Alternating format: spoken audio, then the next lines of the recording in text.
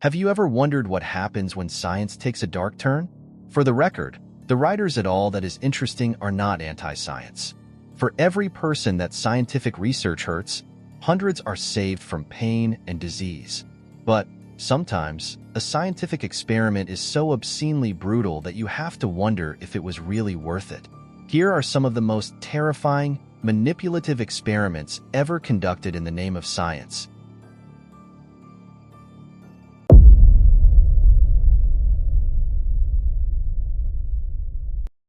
Are you truly an independent thinker? Do you consider yourself to be an iconoclast, living by your own standards as opposed to being guided by the signals and expectations of others? Don't be so sure.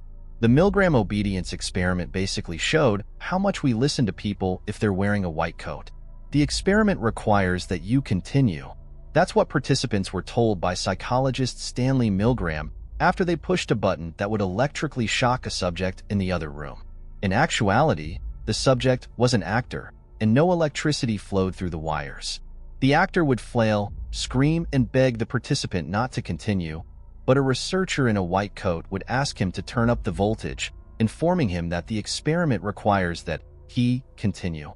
Later, the researcher would say, "You have no other choice but to continue." Eventually, as the voltage was increased, the actor would stop moving altogether. You think you would have stopped as soon as you had caused another person pain, right? You'd be wrong. 65% of participants kept going even after the recipient of the shocks thrashed in agony and appeared to be stone dead.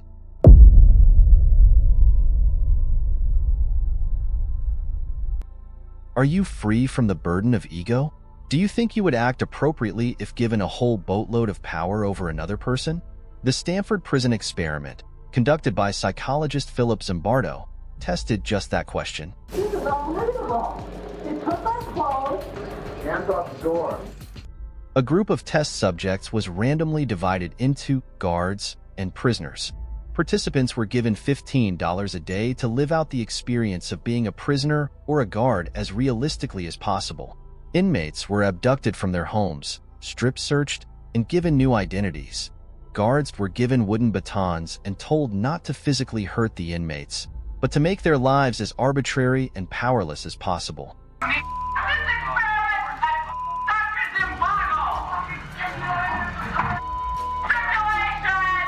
We're going to take away their individuality in various ways, Zimbardo would say to the randomly selected guards.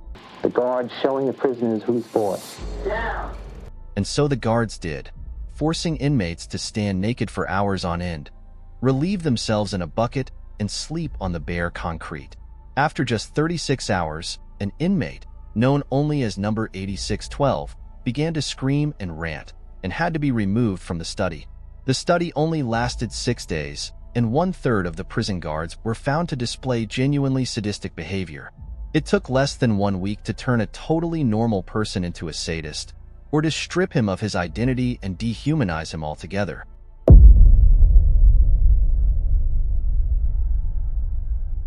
Harry Harlow was a piece of work. This behavioral psychologist specialized in performing mind-bendingly depressing experiments on rhesus macaques. Harlow is quoted as saying, "I despise cats. I hate dogs. How could you like monkeys?" Judging by his sordid past, it's possible that these sentiments extended to people. One of his experiments in child development was called the child isolation experiment, in which baby monkeys would be torn from their mothers at an early age to see what became of their development.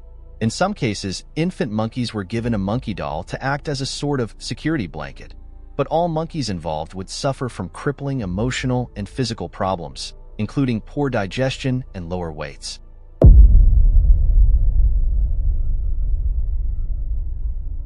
Okay, so we've established that Harry Harlow was an odd, sick man who definitely didn't get enough attention from mommy. He gets 2 entries on this list, and this next experiment takes the sadistic, terrifying cake. Harlow was known for his flowery descriptions of his experiments. He lovingly referred to his forced mating table as his rape rack, for example. But the darkest and most terrifying of all Harlow's experiments was likely the pit of despair.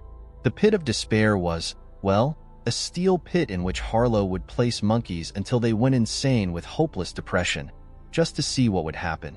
Separating 3-month to 3-year-old monkeys from their mothers, Harlow placed the macaques in the pit of despair for almost 3 months at a time. The resulting animals would barely eat or move, instead resigning themselves to hopeless cowering at the corner of the cell. Later, these monkeys would be forced to mate and foster children, which the scarred monkeys would mistreat horrendously. Harlow would say of these damaged monkey parents, "Not even in our most devious dreams could we have designed a surrogate as evil as these real monkey mothers were." So, if your veterinarian is named Harlow, get a new veterinarian.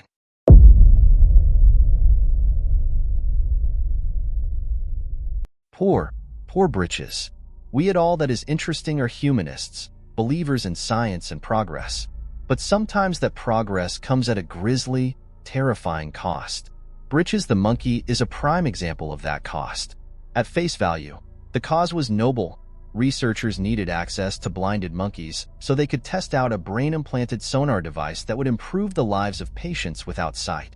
Some non-sighted people like Ben Underwood have impressively developed a sort of echolocation, clicking their tongue to map their surroundings.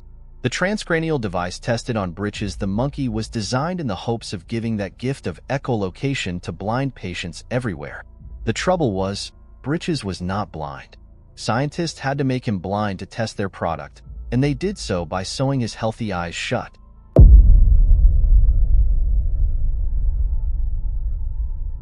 Do you think your mind is impervious? It might be a bit more flexible than you think. Project MUltra is a go-to topic for any conspiracy theorist worth his salt, but here's what we know for sure. CIA psychologists in the 50s decided it would be worthwhile to try to earn complete control over a person's willpower. Because Russia, using LSD, electroshock therapy, recorded tapes that were sometimes played over 500,000 times and more, the American government tried its best to induce a behavioral modification in people. Experimenters went as far as to dose unsuspecting citizens and even children with LSD. Most of the files on MUltra were destroyed in the wake of the Watergate scandal, but its legend lives on as another one of America's creepy, manipulative foul-ups.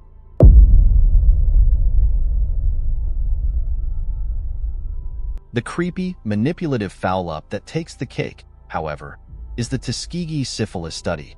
The U.S. Public Health Service studied syphilis by infecting unwilling and unaware black male sharecroppers with the disease.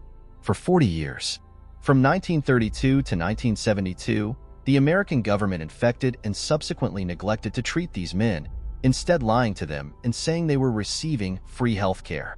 In total, hundreds of men died, and 19 children were born with congenital syphilis as a result. Congenital syphilis is a brutal, unfair disease. Congenital, in this case, means at birth. Children born with it are often deaf, their livers already failing from being too large, their poorly developed brains afflicted with seizures. Even in the time of the Tuskegee experiments, the cure for syphilis existed: simple penicillin. Of course, though, the people of Tuskegee received no such treatment. Essentially, the world of science is a strange, complex, and at times downright unfair place.